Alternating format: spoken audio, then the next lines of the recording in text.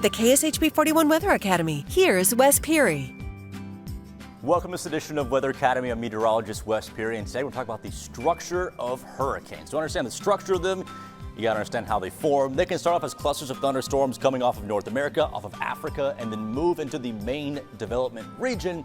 And that area is in the tropics, which means it's just full of moisture and warm air. Okay, so that's what these things feed off of, water of at least 80 degrees.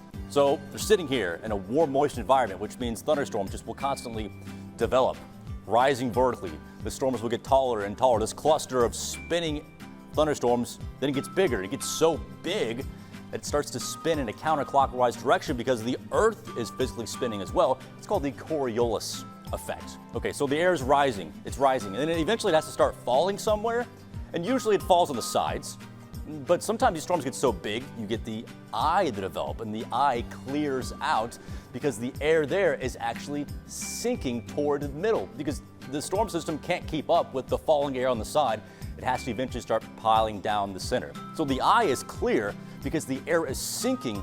Meanwhile, all the other air around it is just constantly blowing up and rising and rising and creating these thunderstorms. Part of the reason why the eye is clear, but the eye wall is strong and windy is because of something called the conservation of angular momentum. This thing is spinning around, which means the fastest wind speeds will be right toward the center, and then it kind of gradually gets a little bit weaker as you go out. So the eye is clear because there's just so much rising air that what goes up must come down. Well, it goes down in the middle, giving us that classic hurricane shape.